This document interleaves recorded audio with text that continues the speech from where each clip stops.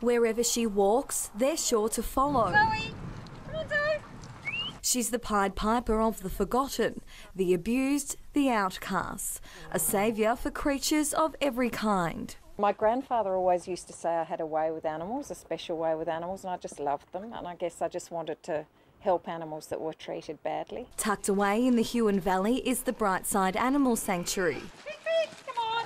Emma starts her day at dawn, tending to the hundreds of rescued cows, horses, dogs, camels and ducks in her care. It's 7 days a week and it's first thing in the morning until I go to bed at night. So all I do is work, really. It's been Emma's life for 8 years, rehabilitating neglected and abused animals, such as Cav, found on the brink of death at Crabtree in the Huon last year. He was barely able to stand up, his hair was falling out. He'd been reported several times. His friend died in the paddock by the time we found out about it.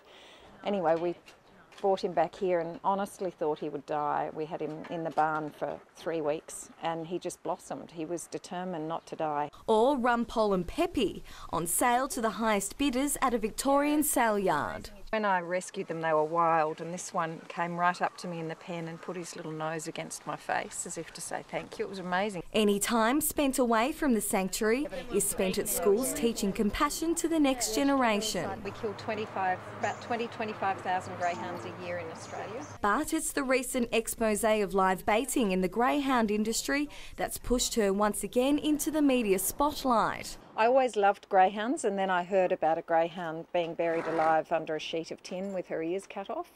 And I was always a very shy, insecure person. I could never speak out or, do anything like that. But I was so upset about what they'd done to the greyhound that I sort of found my voice for animals. She's since rehomed more than 300 former racing dogs. An unfortunate consequence of the expose is the misconception that greyhounds are aggressive and vicious, a stereotype Emma says just isn't true, and she's making it a mission to show just how gentle and misunderstood greyhounds really are. If you took any other breed of dog and did the same thing, you would get the same result. But despite the long hours, Emma has tireless dedication, and for any creature lucky enough to find a spot on board her ark, a lifetime of love, kindness and compassion is guaranteed. I'll go to my grave being a voice for animals. Elizabeth O'Neill, Win News.